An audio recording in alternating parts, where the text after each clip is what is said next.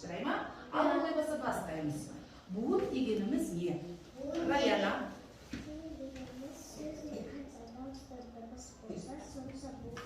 Жарайсың. Ал мынаға қартанда буын дегеніміз не? Балғаным айта ғой. Буын дегеніміз сөзде қанша дауысты дыбыс болса, сонша буын болады. Арғы топтан кім айтады? Жұлдыз айта ғой. Иә. Жарайсың, тамаша. Келесі сұрағымыз, міне балалар мен сендерге мынандай качкалар арқылы бағалап жатыр. Яғни сенің қолыңнан келмейтіні жоқ, өте керемет сөздерменен. Келесі сұрағымыз, дыбыс нешеге бөлінеді? Дыбыс нешеге бөлінеді? Дариға айта ғой. Дыбыс екіге бөлінеді, дауысты дауыссыз. Дыбыс нешеге бөлінеді, Арсен? Дыбыс екіге бөлінеді, дауысты дауыссыз. Жарайсың, тамаша. Байтөре, дыбыс нешеге бөлінеді? Жарайсың, тамаша. Келесі сұрағымыз. Дауысты дыбыс нешеге бөлінеді? Мына бірінші топтан бастайыншы. Дауысты дыбыс нешеге бөлінеді дейді. Ганалин айта ғой. Дауысты дыбыс екіге бөлінеді. Жуан жіңішке. Тамаша. Дауысты дыбыс нешеге бөлінеді? Ағарыс айта ғой. Жоқ. Жуан жіңішке. Жарайсың, тамаша. Рахмет. Сезім. Дауысты дыбыс нешеге бөлінеді? Дауысты дыбыс екіге бөлінеді. Жуан жіңішке. Жарайсың, тамаша, рахмет. Ал енді төртінші сұрағымыз, дауыссыз дыбыс нешеге бөлінеді? Кәні, ол болсын айта ғой, кән. Жарайсың, рахмет. Мына жерде дауыссыз дыбыс нешеге бөлінеді? Тамаша, жарайсың. Нұрсая, дауыссыз дыбыс нешеге бөлінеді? Жарайсың, рахмет саған, мына, бәрекелді. Ал бесінші сұрағымыз, мен енді ортадағы топтан бастайыншы. Жұп дауысты дыбыстарды ата дейді. Кім атайды? Жұп дауысты дыбыстарды. Ерсұлтан бастайды. Жұп дауысты дыбыстарға. Жұп дауысты дыбыстарға А, Ә, О, О, Дұрыс па балалар? Рахмет, жарайсың. Жұп дауысты дыбыстар. Аделя айта ғой.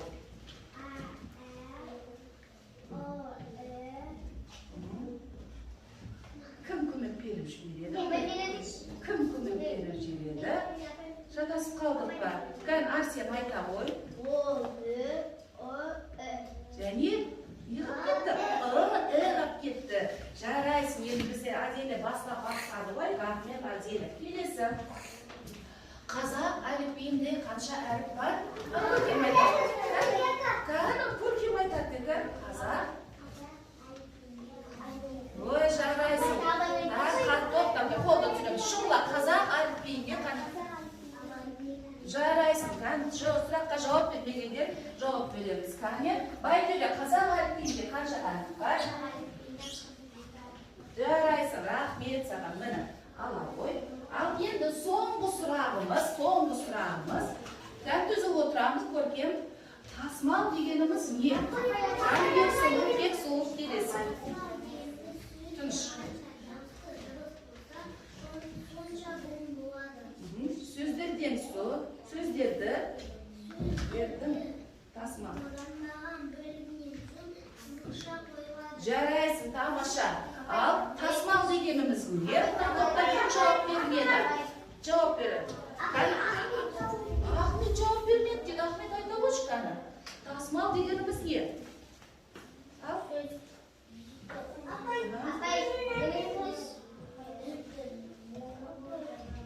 Бұнға бөліп жазамыз дейді. Кім толықтырады? Кім толықтырады? Ал Дариға айта болсыншы.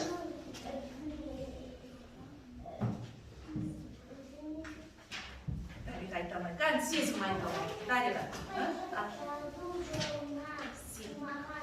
Отыра ғой ағарыз.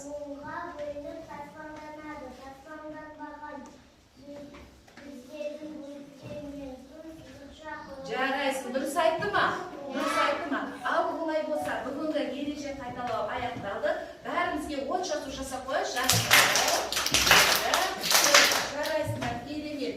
Олай болса, ойлы болса, озып көр, ережелерді қайталау тағырып өтті. Енді кім тапқыр ойыны бойынша бойынша біз сабағымыздың тақырыбын ашамыз, байтөре тынышталамыз. Тыңдаймыз. Ертеде бір хандық болыпты. Онда көптеген әріптер бір-бірімен тату өмір сүріпті. Бұл хандықта А әрпінен Я әрпіне дейін тәртіппен жүретін әріптер тұрады екен. Оларды бүкіл ел біледі. Ал енді сендер сол хандықты білесіңдер ме? Жоқ, әліпби ма? Яғни біз сол әліпбиді қазір табамыз жұмбақ шешу арқылы. Дариға, отыр. Жұмбақтар шешу арқылы табады екенбіз. Бұрақ қойған сағаттай айғайлайды таң атпай. Жоқ, үнжім. Әтеш дегенде қандай әріп кеп тұр? Дұрыс. Әтеш дегенде әрпі келіп тұр. Келесі. Тастан тасқа секіреді, қалқиып өз құлағы, оның қырағы. Яғни қазір көзі көріп қойыңдар, отыр, суреті көріп қойыңдар. Қаны отыр.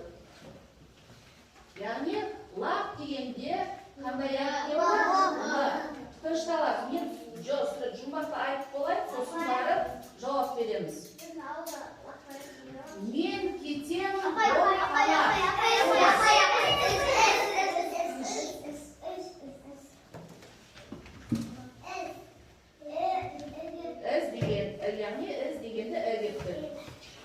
келесі, тынышталып отырамыз. Қалың киімді ұнатады, шешіндірсең жылатады.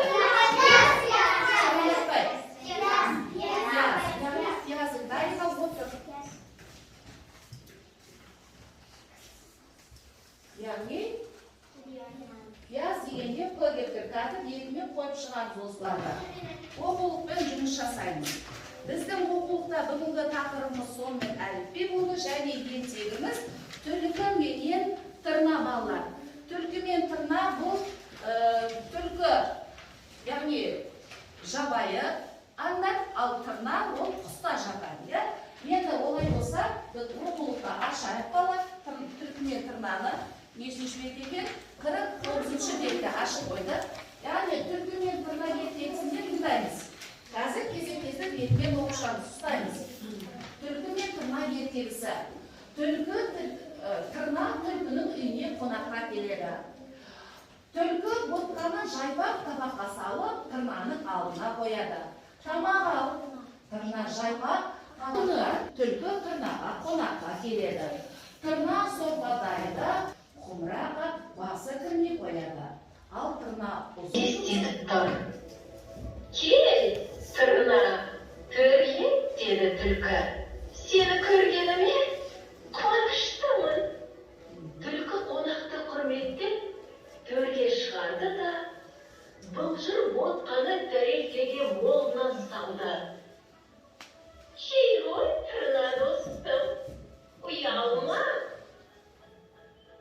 Тырна қанша тырысса да, түлкінің берген тамағы жей алмады. Ұзын тұмсығымен тәрелкені ары тоқылдатып, бері тоқылдатып, тамақты татып та көрмеді. Түлкі өзінің тәрелкесін тілімен жалап жұқтап қойды да. Тырна, менің тамағым саған ұнамады ғой деймін. Жай, өзім тауысып қояйын деді. Түлкі бұны үйіне кіргізіп, дастарханға шақырады. Дастархан үстінде қою көже құйылған, биен жіңішке құмыра тұр. Түлкі, дәм-дәм, бұған бар күшіңді салдым, деді тырна. Дәмді тағамның иісі үйдің ішін алып кетті. Түлкі құмыраның біресе ар жағына, біресе бер жағына шығып айналып жүр. Құмыраның мойны тым жіңішке де ұзын. Түлкінің ең болмаса тілмен жалауға да шамасы келмейді. Ал тырнаның ұп-ұзын тұмсығы осы құмыраға дәл жарасып тұр. Ол көжені тұмсығымен шоқып жатып, түлкіге жымыңдап қарап қояды. Түлкі, сен неге ішпейсің? Менің тамағым ұнамай ма? Жақсылап тойып алам деп ойлаған түлкі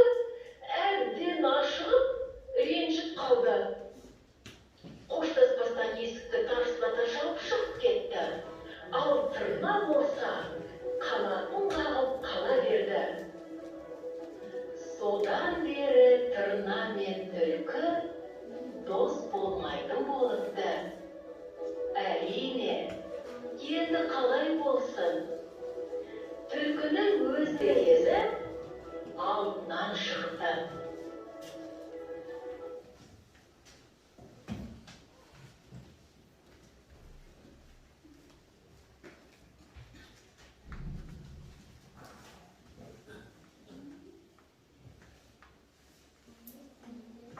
Яғни бұл жерде балалар түлкі мен тырнаның видеосын көрдік па ертексін? Енді бұл жерде не оқыдық біз? Не Мына оқыдық? түлкінің үйіне қонаққа келеді. Иә. Енді біз осы ертегі бойынша сұрақтарға жауап береміз. Тырна қайда қонаққа келді? Кім жауап берді? Арсен бастай ғой. Мына түлкінің үйіне қонаққа келді. Иә, қонаққа келді. Ал оны қалай қарсы алды түлкіні? Түлкіні қалай қарсы алды? жайпақ Табаққа не салып берді? Бұл жыр отқа салып берді, иә? Ал оны түлкі қалай қарсы алды дейді? Иә, олар тамаққа қалай ұсынды? Түлкі тамаққа не берді оларға? Ботқа берді, иә, жарайсыздар. Ал келесі күні не болды дейді? Келесі күні кімді қайсы қонаққа шақырды? Ал сезім? Тырнаның үйіне қонаққа түлкі келді. Тырнаның үйіне түлкі қонаққа келді, иә, жарайсың. Ал түлкі Сорпаны неден құйып берді? құмыраға құйып берді.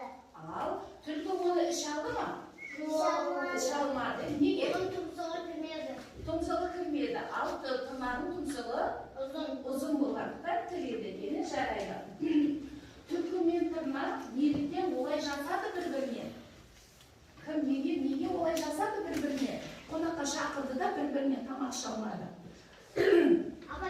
Ал Давиға жауап бергенде неге бір-біріне олай жасады? Себебі Орнымыздан тұрамыз. себебі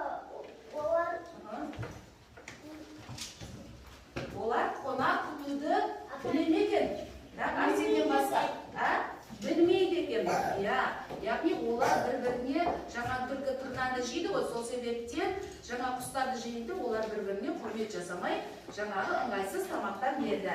Ал енді сендер қонақ шақырғанда қалай күтесіңдер? Кім айтады, кім айтып көреді? Қонақ шақырғанда емес, сендер де солай жаңа тәртіпсіз боласыңдар ма? Ал сезім не айтасың сен? жақсылап күту керек. Төрге шығару керек. Иә. Жағдай Жақсы шығарып, шығарып салуымыз керек. Саламат па не айтасың ойында? Қонақ келгенде балаларым айтады ғой. алдына тамақ ас қою керек. Асты қандаймен қоямыз? Жаңа түлкі сияқты табақпен бе құмырамен қоямыз ба? Жоқ, оңайды, ыдыспен қоюымыз қажет екен. Жарайсыңдар. Енді бұл жерде ертегіне қарап отырсаңдар, кімге не істесе алдыңа сол келер деген. Сол себептен бір-бірімізге тек қана жақсылық жасап жүруіміз керек. Бір-бірімізді құрметтеп, сыйлап жүрсе, онда бір-бірімізге де осындай сыйластық болады екен. Ал бүгінгі ертегі түсінікті болды ма? Яғни түсінікті болса, онда біз дәптермен жұмыс жасаймыз. Дәптерді ашайық балалар. Дәптерді ашайық. Дәптерді ашамыз. Дәптерді ашамыз. Дәптерді ашып, бүгінгі күнгі атын жазамыз және сынып жұмысы тақырып жазып қояйық. Ақпен жазамыз. Ақпен отырып кел жатма. Қалам сақында жазалайық. Бүгінгі күн атын жазамыз. Дәптерді.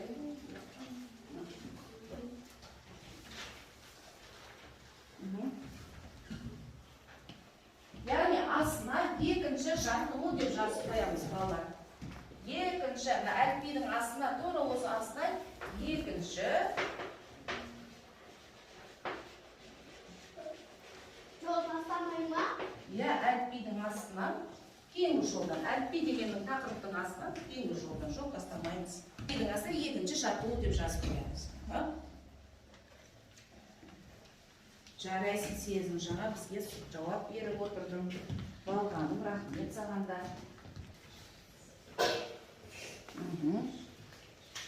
Жарайсың, бола ғой Дарья. Түлкі мен тырнай ертегісін бір кезектесіп оқып шығайықшы. Қанды сезім бастайды, бәріміз ұстаймыз. Сезім баста. Қанды ретіменен бәріміз ұстап отырамыз. Сезім баста. Тырна деп бастаймыз ғой, тырна.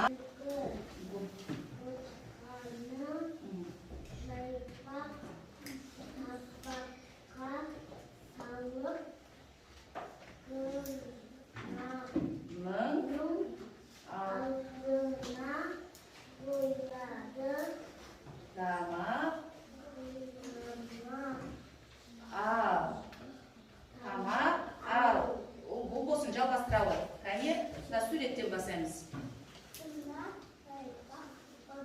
Табақтан табақ болады.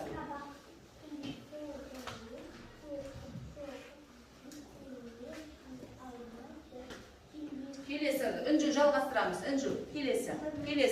Тұра берсін. Келесі.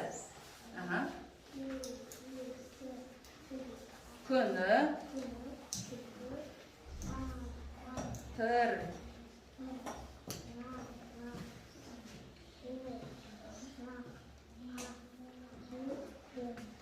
Келеді.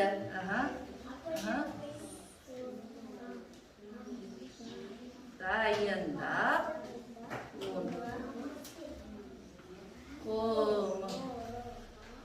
Қойып береді. Ал келесі Раяна жалғастыра ғой. Неді? Түлкі ғана.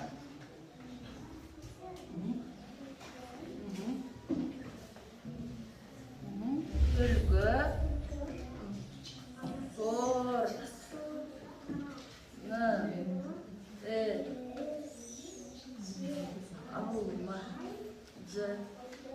саламатпай кім жалғастырамыз?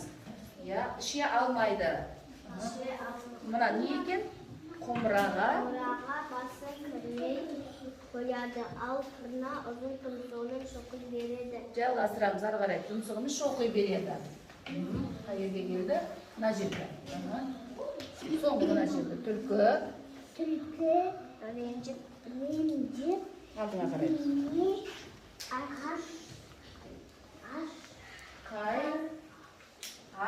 Қайтып балғанды қайтыпты. Ал енді жарай бастадым. Тесіз оқуды ғой. Мына түлкінің үйінен қонаққа келеді. Түлкі ботқаны жайпақ табаққа салып тырнаның алдына қояды. Тамақ ал тырна жайпақ табаққа тұмсығымен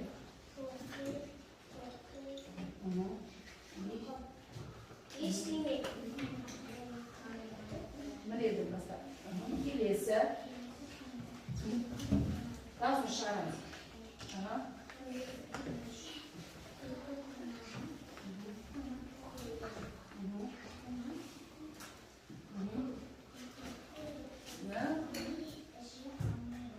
Жарайды, тоқта енді. Әделі жалғастырға жерден. Қоңыраға.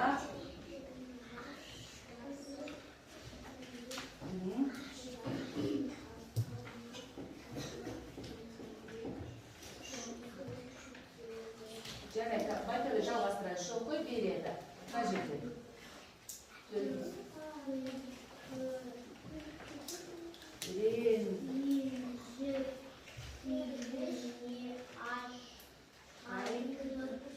Жарайсыңдар, болды, тамаша. Ал олай болса, екінші жаттығуға қарайшы, екінші жаттығуда не депті? Ал екінші жаттығуда не депті? Екінші тоқемен салақам, Арсен, мұндалаш екінші жаттығы тапсырмасын. Орнына қойып жаз депті. Яғни бұл жерде бізге не дейді? Түсіп қалған әріптерді көрінген орны тиісті әріпті қойып, сөздерді әріпке ретінде жаз. Яғни біріншісінде ойламайды,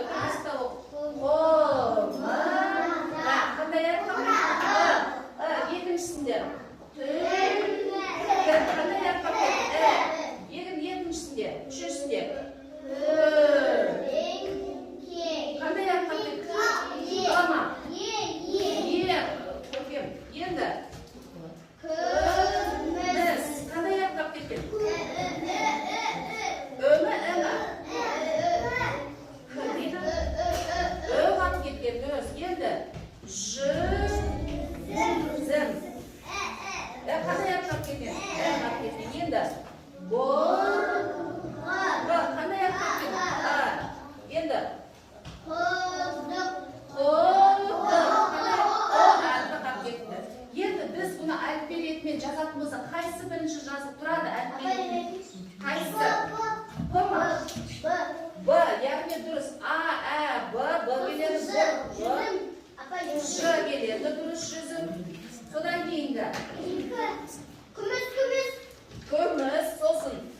Көлеңке. Құмыра. Одан кейін. Жоқ, құмырадан кейін тағы бір Q бар ғой. Қандай соқып? Құдық. Т соңында келеді, иә? Ал енді оны осылай жазады екенбіз. Дәптерге шеттен бастап жазамыз. Міне, жаңа сендердің тапқан әріптері барлығы да дауысты дыбыстар екен. Кәне, мынаны шеттен бастап, үтір қою арқылы тез жазып аламыз. Кәне, жылдамдатамыз. Я, бірінші Б-дан келетін жазамыз. Дұрыс айтасыз, балаларым. Бірінші Б-дан келетін сөзді жазамыз. Яғни, шеттен бастаймыз. Борго жазамыз. Тақтаға жазып қойайын. Мұны тақтаға қара, шеттен бастаймыз. Борго. Екінші қандай сөз жазам дедік? Ма. Көркем. Екінші қайсы сөз жазамыз дедік? Екінші әліпбе ретімен қайсысы келеді? Жүзім, дұрыс айтасың. Жүзім. Тақтадан жаза беріңдер, балалар, міне. Жүзім. Келесі. Жүзімнен кейін қайсы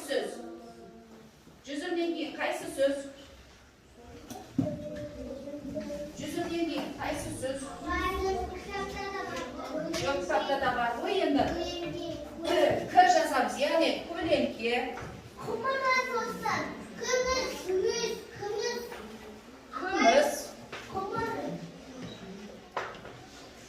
Күміс, сосын құмыра, дұрыс.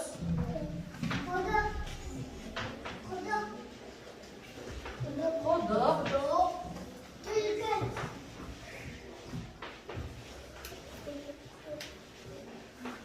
Соңында не екен? Түлкі. Соңында нүкте қоямыз балалар. Ал шынданда тез жазып алайық.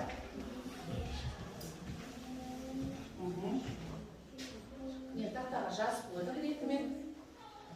Жылдамдатайық балалар. Борго, жүзім, көлеңке, күміс, құмыра, құдық, түлкі.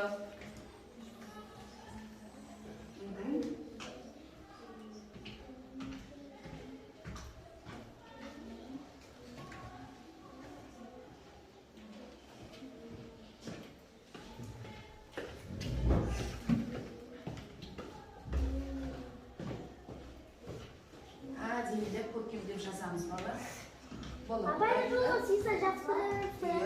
Жазып кете береміз. Жолға симай қалса келесі жолдан жазамыз. Міне көркем болып қалды шұғылар.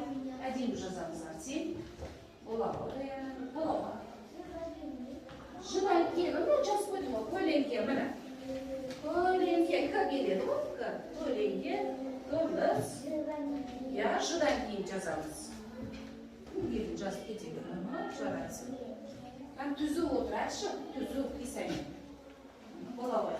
Айтырым.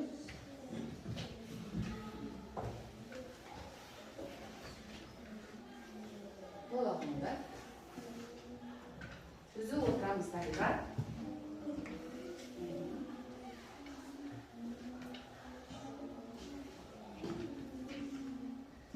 Жылдан отырамыз.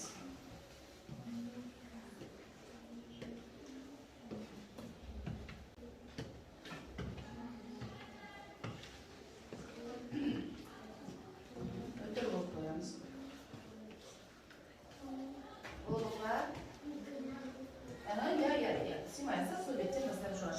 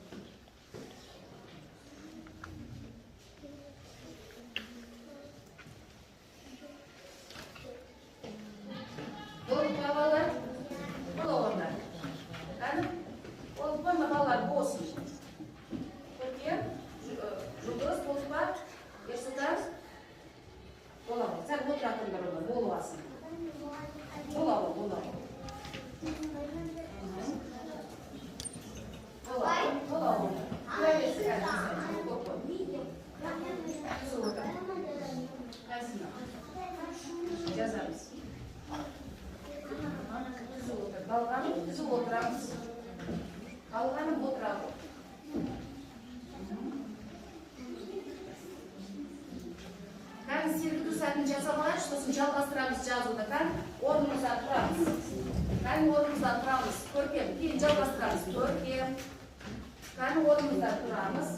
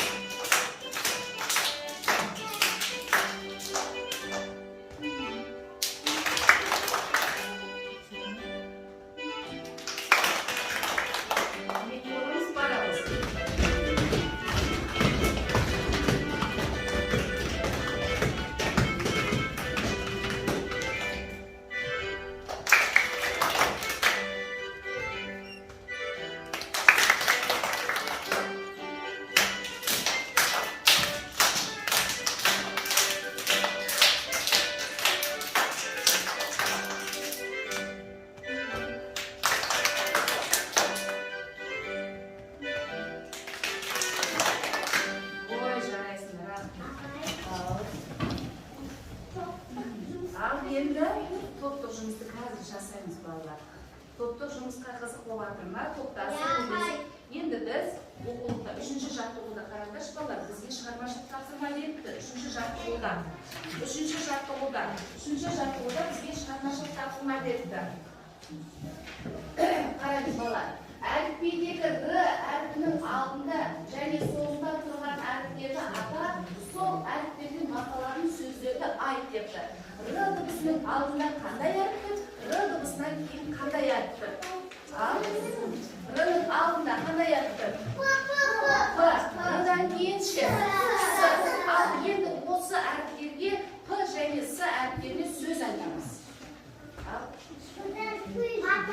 Парта, піл. Ағаш кім дейді ғой? Қыда. Парақ, тамаша.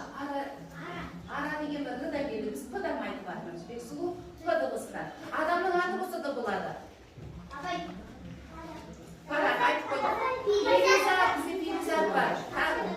Піл айтып қойды. Фарида. Жарайды. Ал, айда. Ал? Перзент деген болады ғой. Ал? Перизат айтып қойды. Перде тамаша. Жарайсыздар. Ал отыра ғой. Енді Р дыбысынан кетеді. Райана.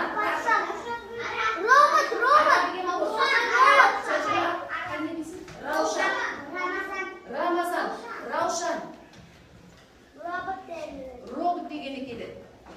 Осыны айта қойды, ұмытқалың ба? Ара айтып қойды. Не келді? Радио. Анара дегенді ғана келеді, е?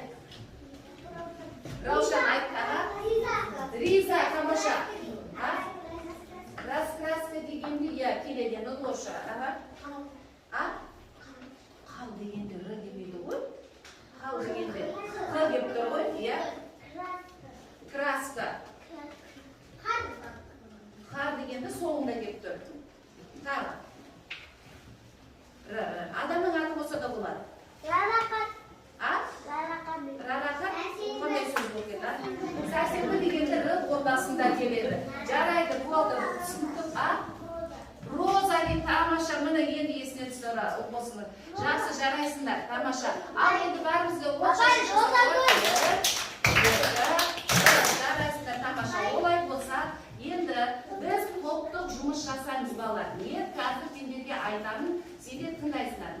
жерде Бексұлу, Жұлдыз, Нұрсая, Алинұр төртеуіне мына тапсырманы берем, тапсырмасын орындап жасайсыңдар. Ал мына жерде Азия менен Байтөреге мына жерде Шұғыла, Ағарыс, Шұғыла келе мына жерге Малғаным. Ал мына жерде Есұлтан келе бар, Ахмет келіне келе жұмыс жасаймыз. Алғалындар асықпайды. Болғандарын мен білесіңдер. Және сендерге ұл болсын кім? Дариға көргем. Аяшан ерте olan келе ғой мұнда. Мына жерде келіп отырып тапсырмасын орында. Мына жерде әліппе ретімен қойсаңдар сөздер шығады. Ана. Әдемілеп жазамыз. Енді бұл жерде сендері адасқан сөздерден сөз қойып жаздырды. Тұсына жаза беріңдер, тұсына. Көрмеумен жазшы. Келесі. Аяғымызды тұсына.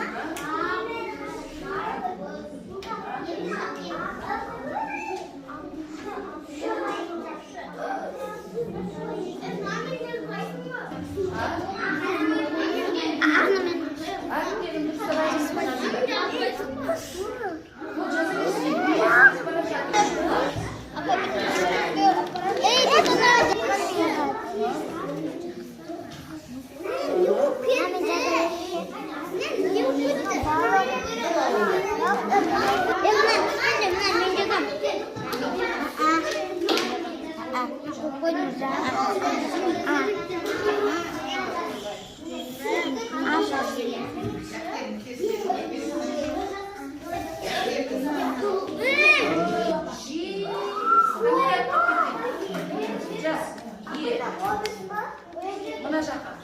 Іште кетпей жаза берсін.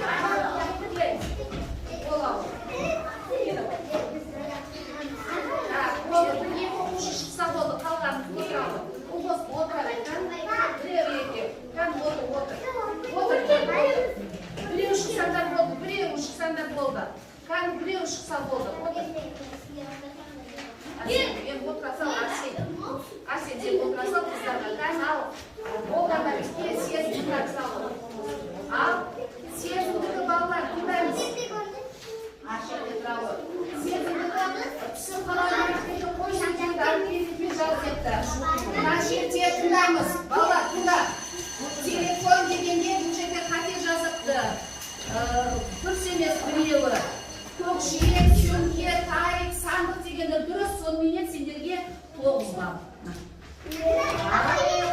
Енді Сәуле, Жанар, Ерлан, Ахмет, Мәди дұрыс 10 балл сендерге.